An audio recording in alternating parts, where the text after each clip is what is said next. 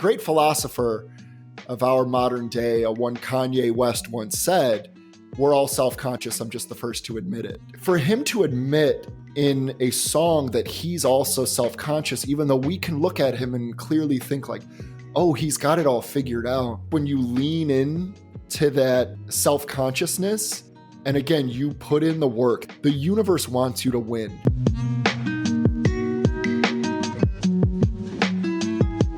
Welcome to the Mindful and Driven podcast, where we help you to not decide what's really important while chasing your dreams. Today's guest is Jon Brosio. He's the founder of tribeloyal. Jon originally was a server at high-end restaurants where he served celebrities in Los Angeles before deciding that he wanted to become his own boss through the online business world.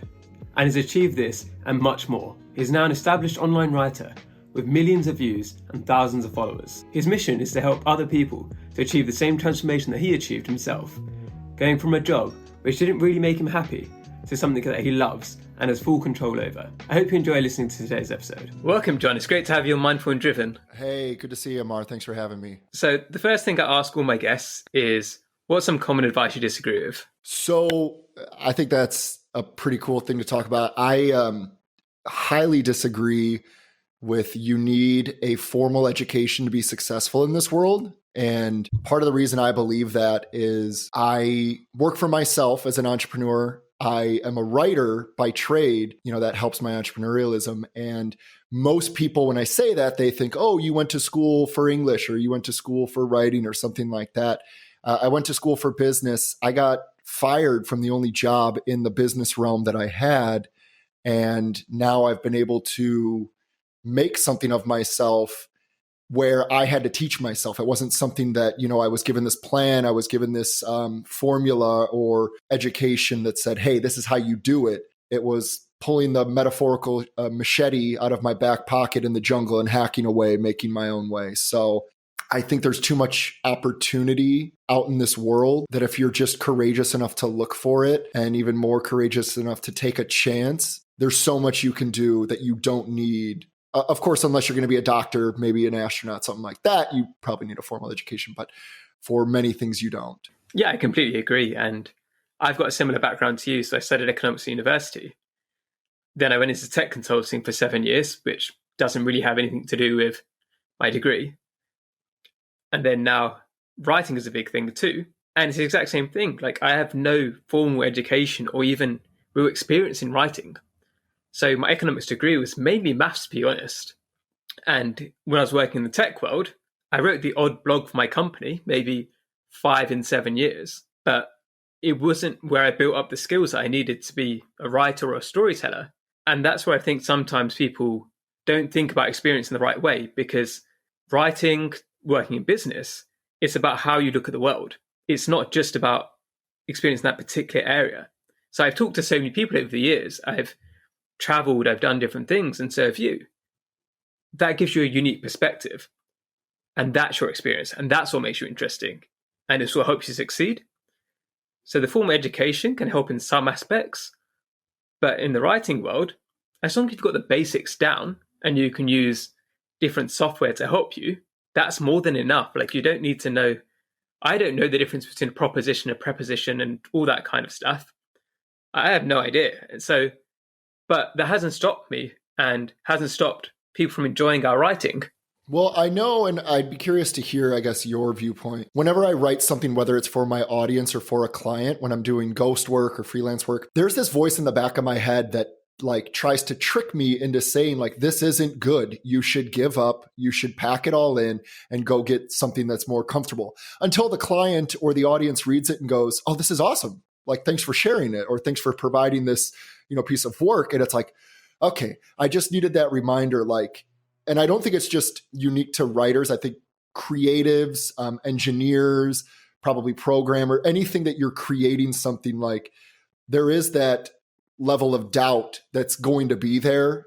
But until you, again, I've used this word already a few times, but have the courage to do the work and present it, the universe wants you to do well. And maybe I'm just an overfilling optimist, but the universe wants you to do well. But you have to put in the work to provide to the universe.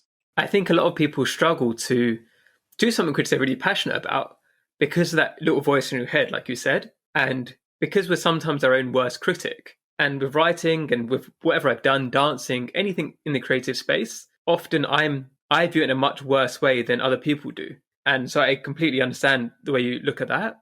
You weren't always a writer, you weren't always an entrepreneur, right? So can you tell me a bit about an earlier time when you struggled with balance and what kind of made you go into the world that we're in now? So what kind of got me into the world that I am in today was a time that I really struggled with balance. I was working in fine dining in LA as a server, and I was smoking cigarettes, which I don't do anymore. And I was, I'll have an occasional glass of wine now, but I was drinking kind of heavily. And I was just working in a job that I knew it wasn't fulfilling me. My personal life, I was taking on behaviors and doing things that weren't fulfilling to me. And I was trying to balance everything. And through my own, I wouldn't even call it serendipity, it ended up being positive, but the place I was working at burned down and everything was taken away from me. And I had to kind of start from square one. I was in my mid 20s, 25. I had to go on unemployment because my job literally burned to the ground. And I never thought growing up that I would be someone who went on unemployment. Like that was a kind of a stab at my pride. And I had to reevaluate everything in my life. And so I chose to just start writing to make sense of it. It was really like journalistic writing, but I made it public. And that kind of led me to the life that I'm living now. Just one kind of opportunity opened, another opened just through consistency of work. So the way that I was able to find the balance was, it's strange because I felt like spiritually everything was shattered. Like I was making a living for myself, but I knew I wasn't happy. I knew I was actually miserable. Like the friends I had around me, you're the average of the 5 people in your life. Like my average was low. And I needed this kind of shake of hey, you're doing something that you hate and things aren't working out. And that was taken away from you. Like life can take away things that are miserable.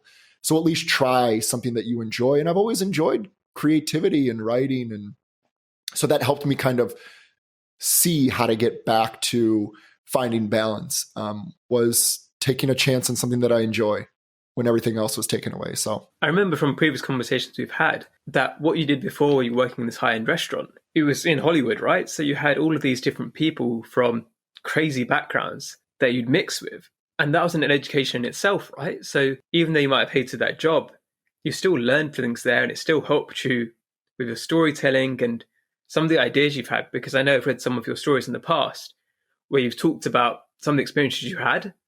And they were fascinating. It was so interesting to see that side of the world that you got to experience. Yeah. Well, thank you for saying what you said about some of my stuff, my work. It is, I think, an education that's kind of hard to put into words of, for one, I grew up in middle class in the Chicago suburbs, and I was very blessed to have a lot in my life. And cleaning toilets after really rich people get really drunk on expensive wine and make a mess in the bathroom and cleaning up after them. It's it teaches you humility, and meeting someone who came from nothing, has built a life for themselves where money isn't even a conversation anymore. Some of these people that you meet in Hollywood and you can pick their brain and say oh, I strive to be that someday. And then on the flip side, there's these people that have everything in the world and they treat you like garbage because you're less than them. You're a server in a restaurant and they identify you with the title that you currently occupy.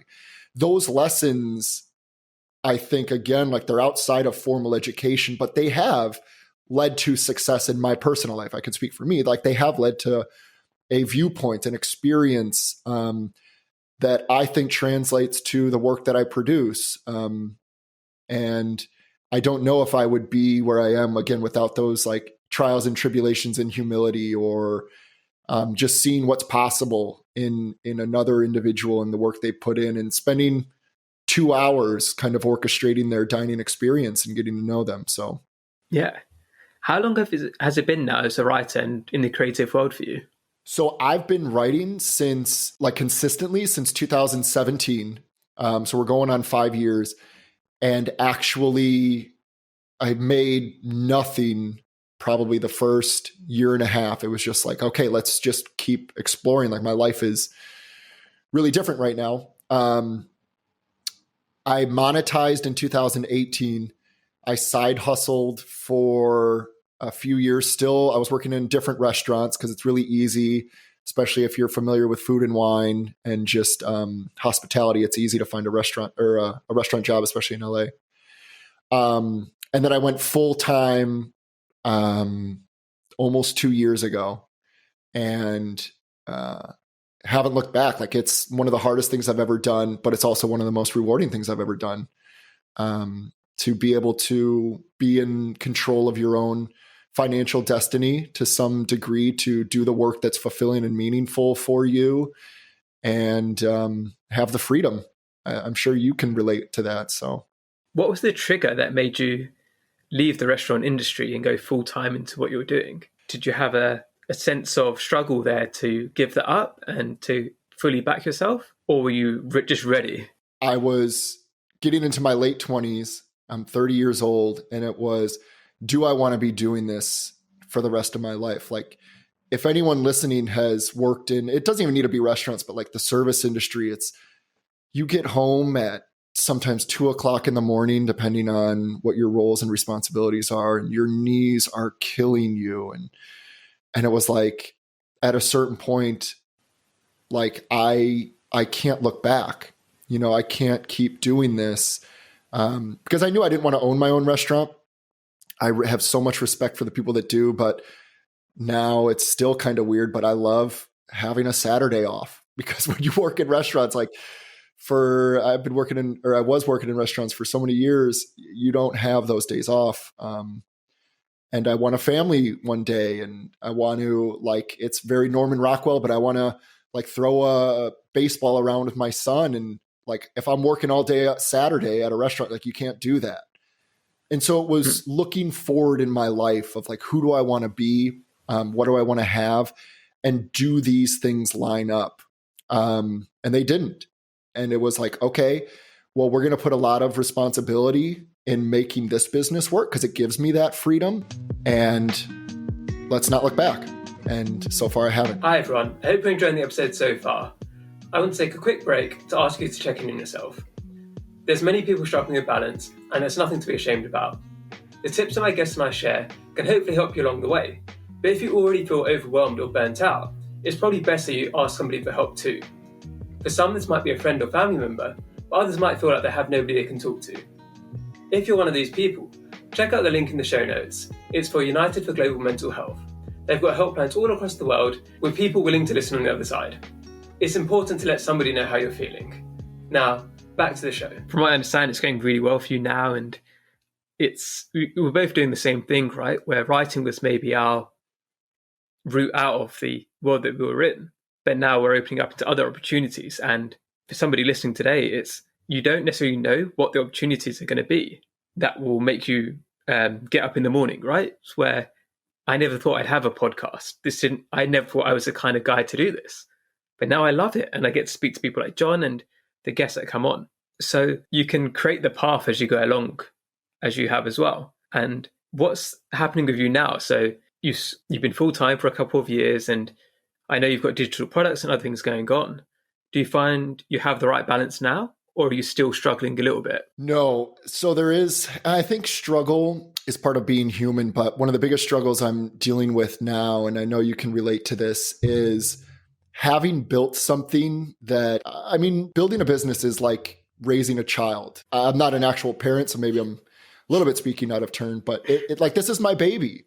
And it's hard for me to relinquish some control in certain aspects of growing my business. Like I'm looking to hire or contract work out, but I am coming to a place, and the balance I'm trying to find is I have to be okay with this individual that I package everything that's in my mind and deliver to may not be on their best day what I can produce on an average day. And you have to be okay with that. And so I'm turning to people like you. I'm turning to other people in my network to help me and coach me. And I think that's a very important part of growth in any aspect of life that I was very reluctant to in the beginning of this world that I'm living in now is being receptive to coaching, but is finding out what works with other people in my network of, again, maybe hiring employees or contracting work, virtual assistants, because I know the direction I want to go, and to have the trust in another individual will help me get there. It terrifies me, giving up that control. And I'm trying to find balance there for sure. Yeah, because as you know, I've just hired a virtual assistant recently, and she's going to be listening to this podcast, obviously. So, hi. So what's great about it is that for me, it came as a recommendation from another creator, because I had the same problem as you, right? It's difficult to give up that control because you have things that the way you like to do them. And a lot of the time we think we do it in such a correct way, but having somebody else look at it, they can come up with new ideas that we didn't think of because they are your audience. And sometimes your audience can come up with better ideas in how they need to be served than you can. So that's one aspect of the way I think about it, is by getting other people involved, it helps me understand how a potential listener could react, or a potential audience member, or whoever they are. So the nature of what we do is we need customers. We need people to react to what we're doing. And it can't just be that we like it. It's got to be that other people like it too. So I don't know if that thought helps you. Well, yeah, and it's a balance. And because we do work that at times is very solitary, and it's very deep work oriented, very conscious. You have to tap into flow perhaps a lot and silence out all outside distraction. And sometimes that can, or at least I'll speak through my own experience. For me, it takes me into places where it's hard to ask for help because I'm so solitary at times. It's hard to maybe connect and collaborate because I'm like, no, this is the path I'm narrowed in on right now. And I know where I'm going, and bringing someone else on board or having to teach someone else how I think could open up a whole new avenue. And it's similar, I think, to what you said, like in this creative world, you didn't realize you were going to be a podcaster, and create that maybe a number of years ago. And now you did, and you don't know what this person's going to help bring out of your blind spot, but it's really cool to see you, someone I look up to, almost in real time going through that. And I can't wait to see what happens. It's one other thing I'm looking at as well in terms of that is trying to reduce the amount of work that I have, because like I said, it's very conscious thinking. If you go into a creative industry, people might look and say, oh, you only work X amount of hours per week. And it's one of the traps, because in those hours each week, you have to think so hard and it's exhausting. It'd be draining. If you're working in a job and you have to follow the instructions that your boss gives you, it might be a lot of hours, but it might not be as mentally draining as doing your own creative work can be. And it's something which I'm trying to now watch out for, is how can I reduce the cognitive load I have by having less small tasks I need to do, less decisions I need to make through this, creating the systems. Because the more I can reduce that, it frees up my mental space to then do the stuff that's more high value and driven and makes a difference. So that's one way I'm looking at it as well. And I think it alludes to what you're saying there, is how do we reduce our hours of what we already have enough so that we have the free energy and time to be able to take those next steps and to grow as well? Because it's hard to grow if we're so busy doing the things that we've already done. Absolutely. I mean, you always want to move the needle, right? Like that's kind of the aim, I think, for any entrepreneurial or business endeavor, is to keep moving forward and to keep growing. But when you're also wearing the administration hat, you become the bottleneck and you see where you can easily slash tasks. But again, it's like, am I okay with giving up that control? Am I okay with it maybe not looking exactly the way I imagined it, even if it can look better from that other individual or team? Or yeah, I think bottleneck is a good word. I do think I am the bottleneck a lot at the moment for myself. And if I can set up those systems properly, it reduces the need for me to do it, because some things can't get done unless I do it. But then I have other things to do as well. And it's a problem I'm struggling with too right now. I'm going through the same thing. It's been 4 months for me, and it's been great being my own boss. But then I'm also now learning more and more about the downsides of that. And how do I continue doing the bits I love, but not holding myself back? And I'd be really interested to see what happens with you in the future as well, in terms of how you do this, because I don't think there's one right way of doing it, but it's one of these entrepreneurial struggles which so many of us deal with, but sometimes people don't get to see until they do it themselves. Because I'm sure somebody listening right now might be like, I'm going to quit my job and do my own thing, and I'll hire somebody. But it's so different when it's your baby and you want to let go. It's that emotional side of things. It's irrational. It's irrational, right? But it's hard to let go. It's hard to be, yes, you can do this, even though logically you know you need to let go. Yeah. And you know that like if you can educate or translate processes to another human, and humans are so remarkable, like it should be an easy thing.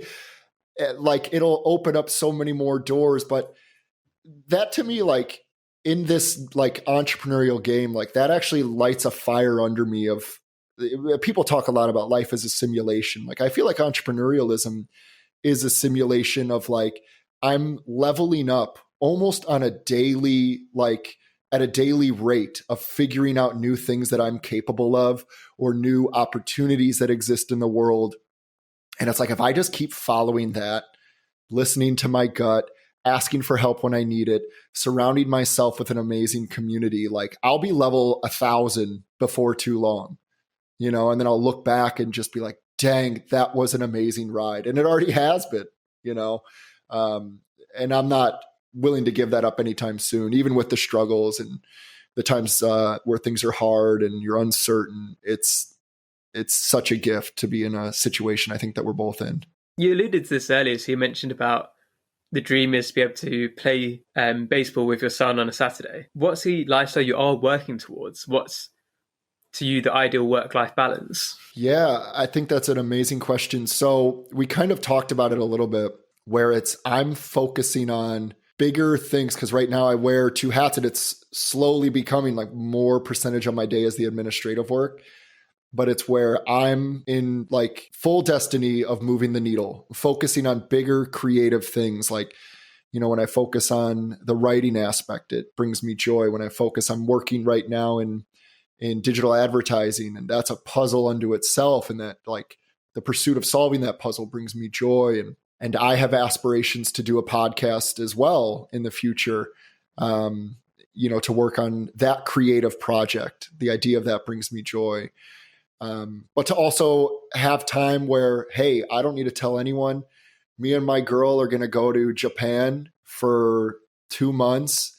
We're going to start up north and work our way down on the train, have every single piece of sushi that the island has to offer us. And that to me is so much a dream, but also so attainable in today's world filled with opportunity, especially in the digital landscape. If you can, again, reduce your own bottleneck and make sure that your business is still growing and impact a community, impact if you have employees. And I think it's all possible. And I really like that point as well, because, so I've mentioned this before, my little sister at a company, they have something called duvet days, which is where you can wake up in the morning, have no reason whatsoever, call in and say, I'm taking a duvet day. You don't need to be sick. You don't need a doctor's note. And you get 2 or 3 of these a year. And that's what I want to be able to do in my business. I want to be able to say, one day I wake up, I don't feel in the mood, I want to go out and do something else. I'm not going to do any work. And I'm not at that point yet because there's too many bottlenecks I'm part of. But that to me is the dream, like you said, where I can just make these snap decisions and I have people who work for me or have systems in place that's okay. I don't need to overly plan every single time I want to take time off.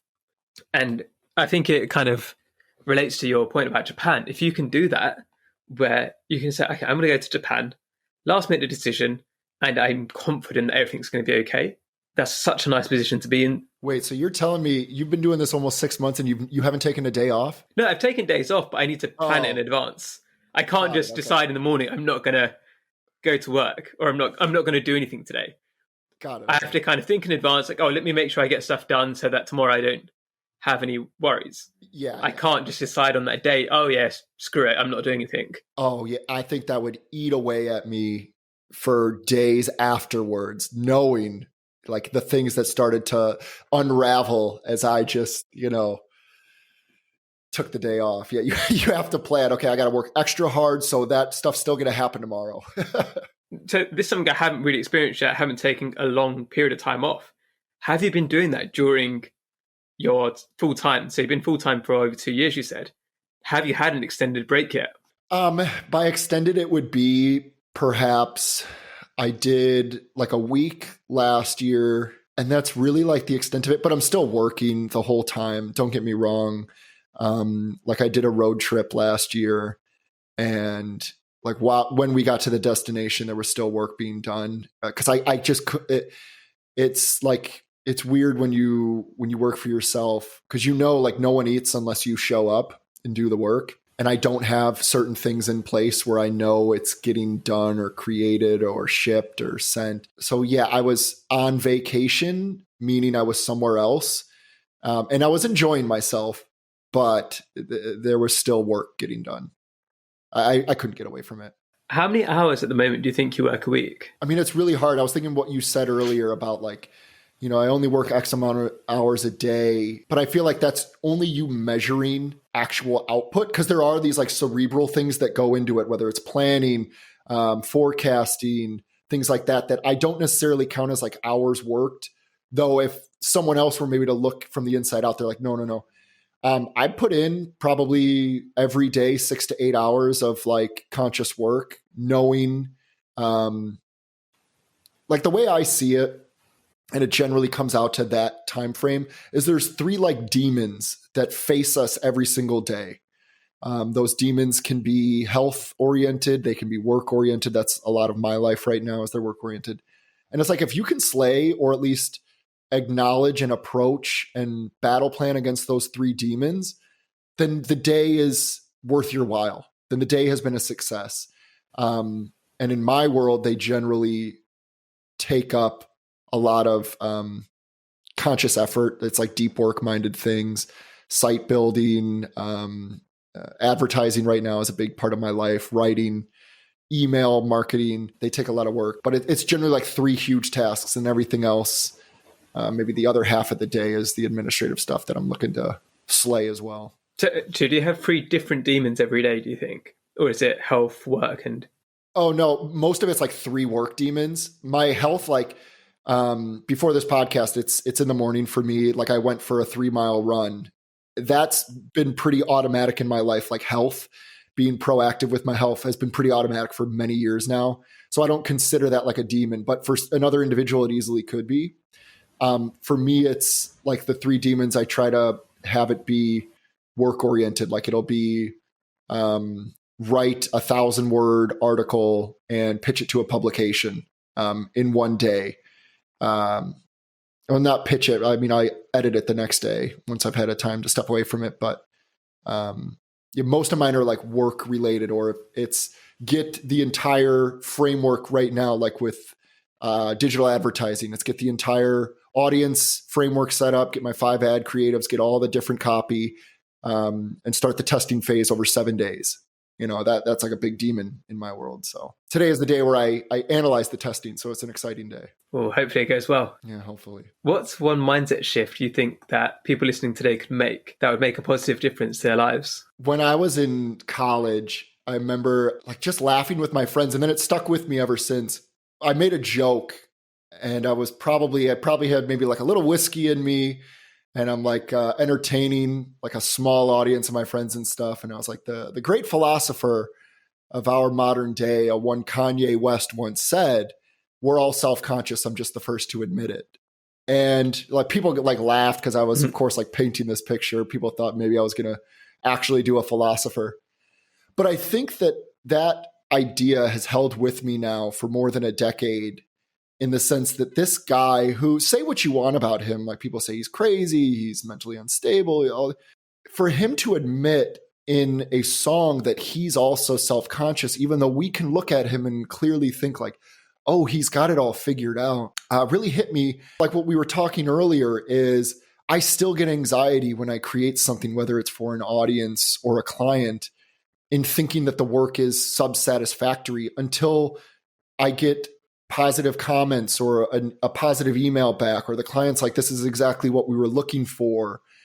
And I think when you lean in to that self-consciousness, and again, you put in the work, that's, in my opinion, the most important part. Is it's not just recognizing it, but it's actually following through with your personal commitments and doing the work. The universe wants you to win. And we're all self-conscious. We all think that what piece of art or creativity that we put in front of the world is going to be just criticized unbelievably. But most human beings, we all want the same thing. We all want to be happy. We want to do work that fulfills us. We want to build community. And I think the way the world, especially like our space, is constructed now is like there's just too much opportunity that it's not even a competition with other creators or writers, or it's just a competition with yourself. Are you going to do the work that you promised yourself when you woke up this morning? And if the answer is yes, and you can show that work, again, I hate belaboring the point, but the universe wants you to win. So lean into the self-consciousness. Yeah, I think that's a really good point about doing the work as well, because it's not just with professional things as well. Being self-aware, people think that's the end, and it's not. You can acknowledge you have problems, but just knowing you have the problem doesn't fix it. So that's the point about work out what your struggles are, work out what's going on, but you also need to try and figure out what steps you can take to make a change to that. So I think sometimes people say, oh, you can admit you've got a problem. Great, congratulations. But then if you still live with that problem and don't do anything about it, you're still having the same problem. Just because you know you've got it doesn't make it any better. And that's what you said about putting in the work afterwards. That's what really makes a difference. So it's a two-step process. Yeah, I'm no expert and I've never been in AA, but of course it's like very famous that they say the first step of admitting, or that knowing you have a problem, is admitting it. What they don't ever say is like, well, what are the 11 steps after that? Because those are probably equally as important. And yeah, like I was in this world where I was unhealthy, doing things that I shouldn't have been doing, working at a place that was bringing me misery. And it was like, I could easily just go home, tell my roommate, hey, I'm not satisfied with my life.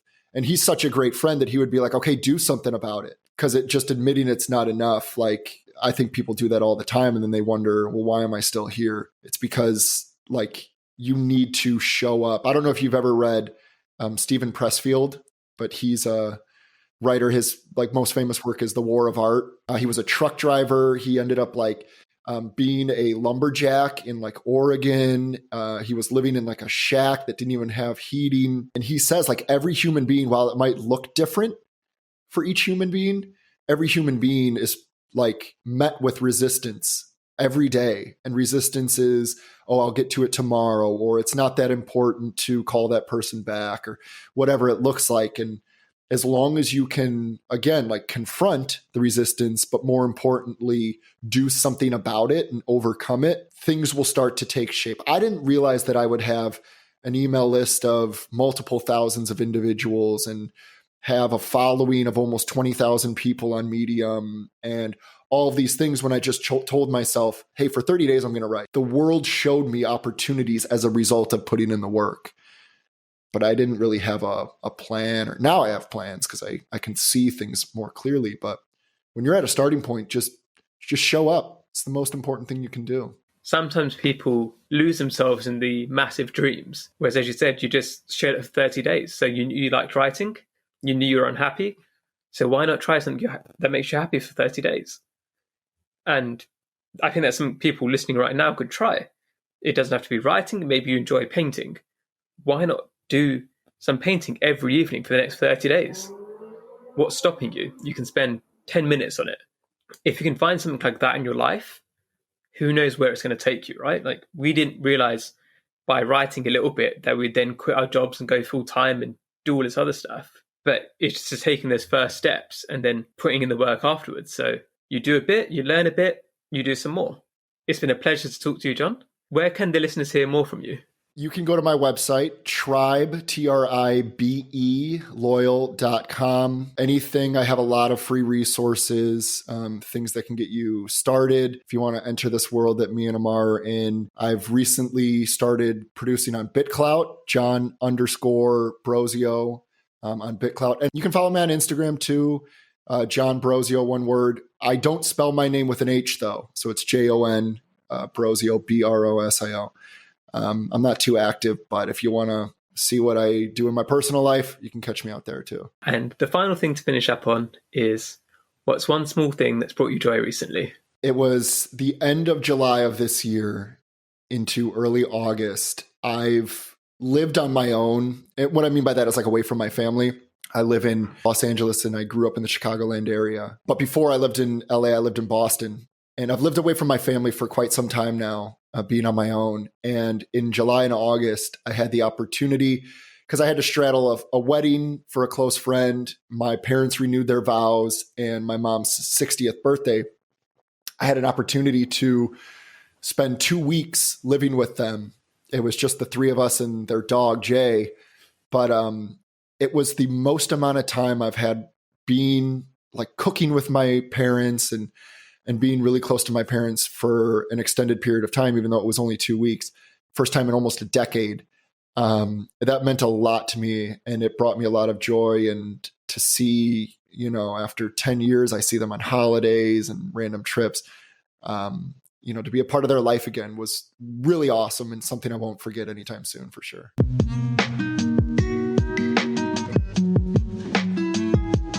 If you're listening on Apple Podcasts, I'd love if you could leave me a 5-star review. It really helps get the message out further. Wherever you're listening, it would be awesome if you could subscribe and to share on your social media channels. If you want to see more of my work and advice, you can find all of the links in the show notes. Thank you again for listening, and I hope you have a lovely day.